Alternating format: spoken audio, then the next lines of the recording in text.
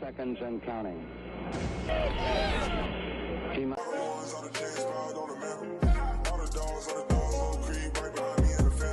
Hey, what's good, guys? Clutch here. Essam here, back in another video. And for today's video, we're going to talk about the Houston Texans. And the draft is just a couple weeks away. It's 2 weeks from this Thursday.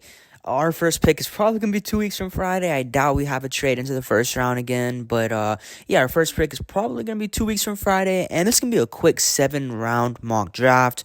And the theme of this mock draft that I try to do was try to draft as many players that we've met with as possible. Whether that be a draft meeting, like a top 30 visit, or a combine meeting or something like that. Just players that we've talked to. And I think most of these players that I did draft in the mock, most of them we did have a meeting with. I think it's only like two or three players that we didn't. So for the full 7-round mock draft. And for pick 42, our first pick in the draft, or at least for now, unless we trade up a little bit. But as of right now, as it stands, our first pick is number 42. And the likelihood of this player falling to 42 isn't that high, but as the draft is getting closer and closer, I've seen him be around this pick more and more often. I'm sure you guys have as well.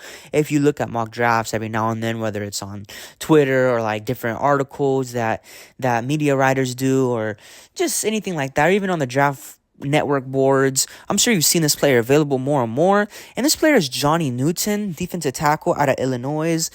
Johnny Newton, when we had the 23rd pick, we were projected to draft Johnny Newton around that range. He was projected to be like a top 20 pick, and now he's around in the 40s. I kind of find that hard to believe. I think it's just a little bit of just, I don't know how to explain it, but it's just a little bit of like, I don't know. I don't think he lasts a 40. He's probably going to be a top 30 pick at least. He's probably definitely going to go in the first round. But in this scenario, he does fall to 42. And we did have a meeting with him at the combine. And I think he really does fit in here. I think he's right around that 300-pound range. So not the biggest. He definitely fits the mold that DeMeco Ryans wants, which is these shiftier, I don't want to say tinier, but these quicker, more agile defensive tackles more than these T'Vondre Sweats. We're not really looking for a mammoth to plug in there. We're not looking for this big body, 350-pound guy.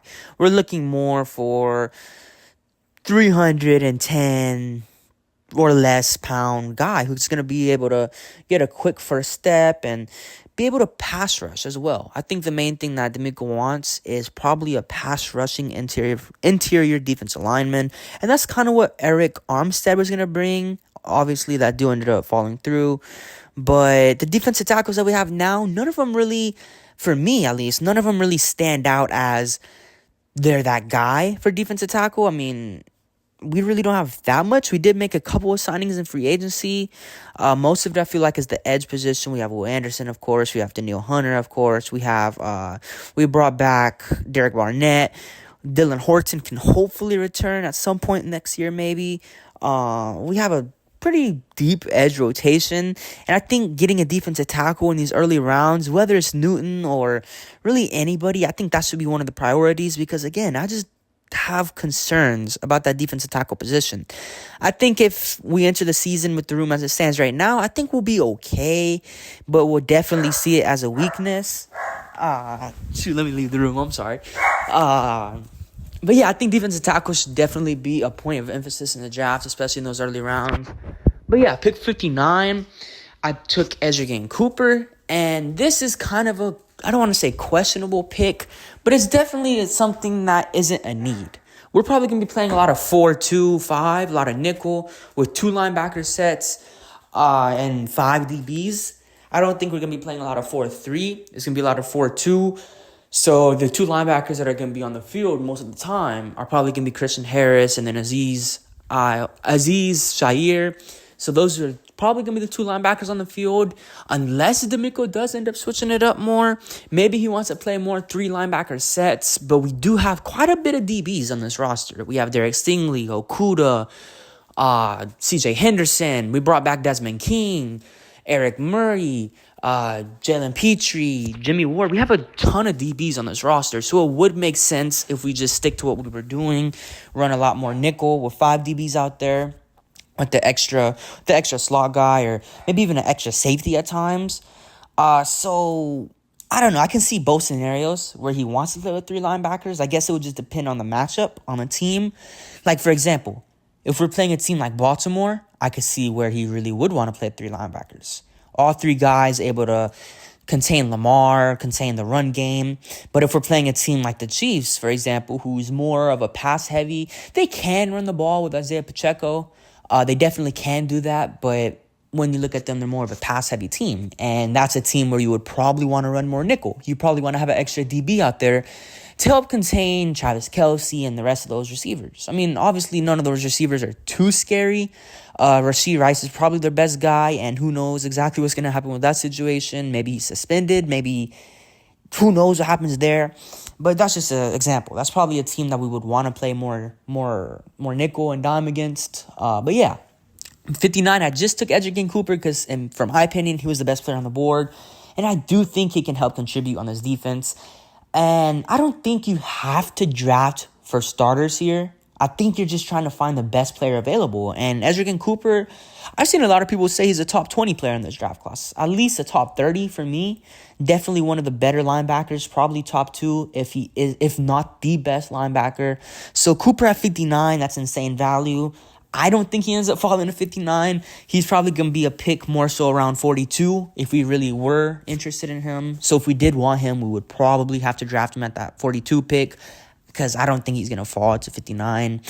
But yeah, in this mock draft, I guess he did. So 42 was Newton, 59 was Cooper, and at 86, I took Kalen Bullock. Now, Kalen Bullock is a very interesting player, extremely young. He's still 20. He turns 21 at the end of April 30th. So one of the younger players in this draft class. But for him to be as young as he is, to play the safety position, I feel like he has a great understanding of the coverages, of wide receiver tendencies.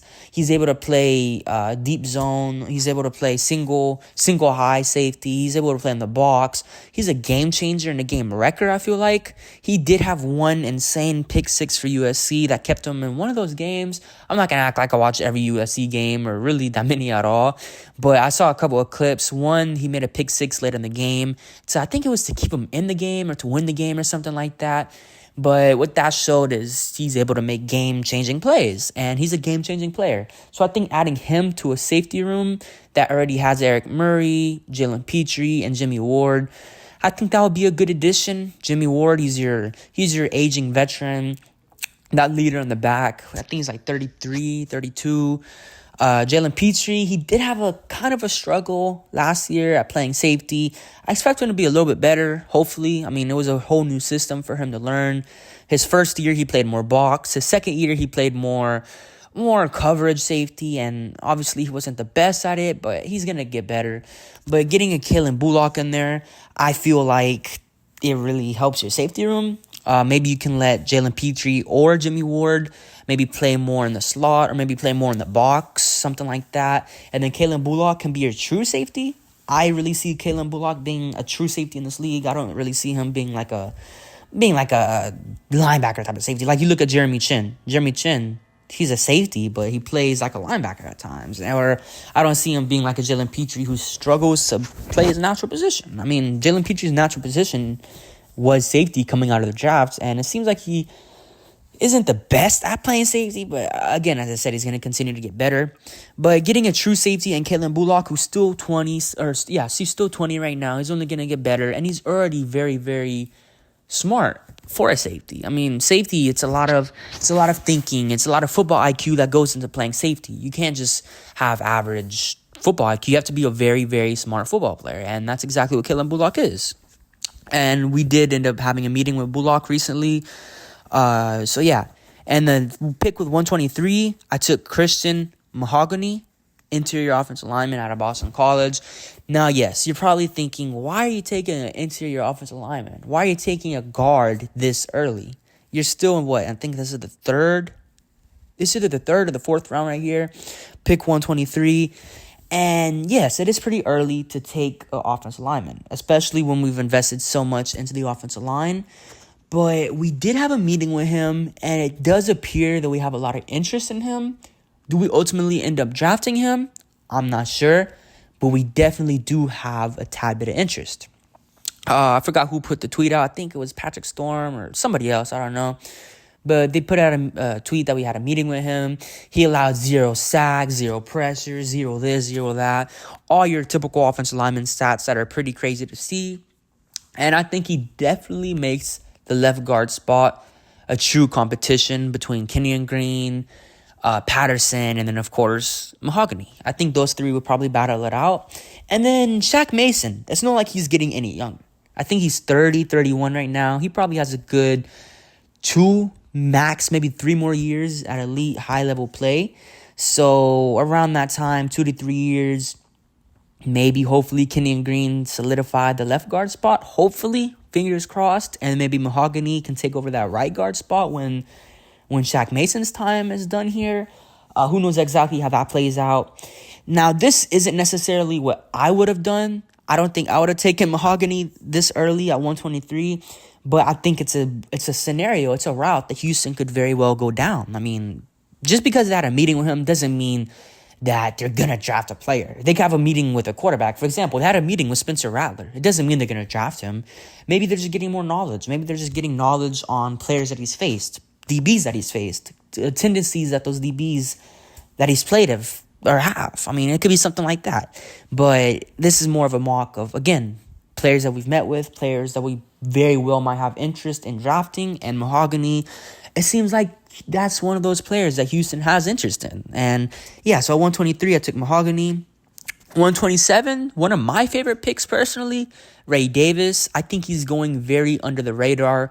You have, now this running back class in general, I feel like it's a pretty weak running back class, at least at the top. You don't have that clear-cut guy. You don't have that first-round guy. You don't have that Jahmyr Gibbs, that Bijan Robinson, that Leonard Fournette, that Christian McCaffrey. You don't have that type of guy in this draft class.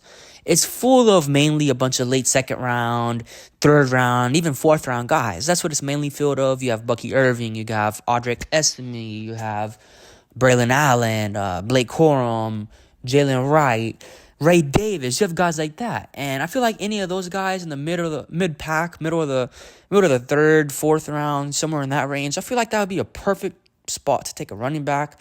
I definitely do think we need a running back at some point in the draft. I don't necessarily think it has to be, I don't want to say this is early in the draft, but I don't think you have to take a running back in the fourth round. I think you could take one even later. You still have Joe Mixon. You still could have a little bit of hope that Dameon Pierce can have somewhat of a contribution type of year this year. Hopefully he can improve in the scheme, get some more carries, be more productive, be that second running back behind Joe Mixon. But adding a running back at some point in the draft should be a priority for Houston, and I think Ray Davis does just that. Ray Davis is a combination of power, a little bit of speed. I think he really fits the scheme well. We had a meeting with him. I think he would be a great 1-2 punch with Joe Mixon. Joe Mixon wouldn't have to feel all the pressure. And I feel like, personally, we're probably going to be, obviously, we're going to be a pass-heavy team now, as I see it. I think we're still going to try to inherit the run and establish the run early in games, but I think we're going to be more of a passing team now. I mean, the wide receiver room is arguably the best wide receiver room in the NFL, so I definitely do think we're going to be a passing team more. But Joe Mixon, he's only getting a little bit older. He's 28, I think 28, yeah, like 28, 29. So I think getting a running back behind him who's going to be productive, who's going to be able to be trustworthy, I think that should be a priority, and Ray Davis does just that. So adding him at 127, I feel like that was great value. Now, there was Audric Estime there available. There was Bucky Irving there available. But Ray Davis, just for the fact that we had a meeting with him, I ended up taking him. And the next pick, I don't think we had a meeting with him, but cornerback is definitely a position that we could look to target, maybe even earlier than where I'm picking this guy. This is at pick 188. I took Nehemiah Pritchett out of Auburn. I've seen a couple of tweets about Pritchett. I'm not going to act like I know exactly who he was this past season. Again, I'm not this draft junkie. I love the draft, but I'm not going to act like I know every single player in the draft. Obviously there's going to be guys that think, oh yeah, this player, this, and that. But, it's almost impossible to know every single player in the draft. And Pritchett, for me, personally, I didn't really know who he was, but I have seen a couple of tweets about him. I've seen him taken by a couple other fans in mock drafts. And Pritchett, I think he just adds depth to your DB room, to your cornerback room in specific. You have Derek Stingley, you have Jeff Okudah, you have CJ Henderson. We might even sign a veteran cornerback later, maybe in training camp, maybe Xavier Howard. But Pritchett, he just adds depth, and he adds potential cornerback 2 development, I think. I think he could possibly develop into a cornerback 2, and I think that would be a great scenario if he was able to do that. I mean, you have Okudah, who could be something for you. I mean, he was a former top 5 pick. You have CJ Henderson, who could be something for you as well. Former, I think, top 10 pick. So yeah, maybe Pritchett can at least develop into a cornerback 2, or at least a viable depth piece for the future for Houston. But yeah, and then the next pick at 189, I took Luke McCaffrey, wide receiver. And I mean, we don't necessarily need a wide receiver, but I feel like this late in the draft, if you're Christian McCaffrey's brother, I think you're bound to at least have some type of impact in the NFL. You're going to be somewhat decent. I mean, your last name and then plus your brother, how good he is, the best running back in the NFL, you're bound to be something. And I mean, he's not just a wide receiver. He could be your kick returner. He could be your punt returner. Maybe he could even play a little bit of running back at times. Who knows? But we did have a meeting with him, and it was before the Stephon Diggs trade. So who knows if we're still interested in taking a receiver at all. But I don't think it'll be the worst idea to take a receiver that late. Developmental guy. It's not like Diggs is going to be here forever. Diggs himself is already 30. He can be 31 in November. So it doesn't hurt getting a receiver later in the draft. Worst case, he's just your kick returner, punt returner. Maybe even a late depth piece, like wide receiver 6, maybe. Maybe you keep 6 wide receivers on the roster. I don't know. Maybe you practice squad him. Who knows? But Luke McCaffrey, we had a meeting with him. And at 189, I mean, this late in the draft, it is what it is. I don't think there was many other positions you could have taken. But yeah, 238, Dominic Hampton, another safety out of Washington. Again, not going to act like I know him. Not going to act like I've seen him. I truly have no idea how he plays. I'm not going to sit here and say, oh, yeah, he's a ball hawk. Oh, yeah, he's a run stuffer. I don't know. But safety, I think we definitely could use another safety. Yes, I took Kalen Bullock, but getting a safety, another one, it doesn't hurt. You find quality rotational pieces later in the draft, and hopefully Dominic Hampton can be just that. And at 247, I have heard the name, but again, another scenario of I'm not going to act like I know who he is. Brevin Spanford out of Minnesota. He's a tight end. Your last pick in the draft in the 7th round. I mean, shoot. Depth tight end, I guess. You have Brevin Jordan. You have Dawson Schultz. You have Tegan Quatoriano. And now you have Brevin Spanford. Who knows how he's going to project. I did see that he's pretty tall. I think I saw something about him that he's like 6'6" or 6'7", which is pretty tall. I mean, maybe he's your red zone threat. Maybe he's what you thought Tegan Quatoriano could have been. Of course, we haven't seen too much of TQ. I don't know exactly how he's gonna come back, if he even comes back at all. Maybe he just gets cut during training camp. I have no idea. But getting another tight end at some point, I feel like that should also be another priority for the Texans. You definitely do need another tight end because Dalton Schultz, he's a pretty good receiving threat, but he's not a good blocker. Same thing with Brevin Jordan. Decent receiving threat. I guess he can do stuff with the ball in his hands, but neither of those two are good blockers. And I'm not going to act like I know if Brevin Spanford is a good blocker, but you're taking a chance on a tight end in the late round. If he becomes a viable depth piece, then great. If he doesn't, then it was a 7th round pick. It is what it is. But yeah, let me know what you guys think. Again, pick 42, Johnny Newton. 59, Edgerrin Cooper. 86, Kalen Bullock. 123, Christian Mahogany. 127, Ray Davis. 188, Naheem Pritchett. 189, Luke McCaffrey. 238, Dominic Hampton. 247, Brevin Spanford. A full 7-round mock draft. I doubt we draft this many players. We're probably going to use some picks to trade up for a player that Nick Casseri and DeMeco Ryans probably want. But yeah, this is just what I think the Houston Texans could do, just based off of different meetings and top 30 visits and whatnot that we've had with players. But yeah, let me know what you guys think down below in the comments. It's been Clutchy Entertainment, and hope you guys have a good day. Peace.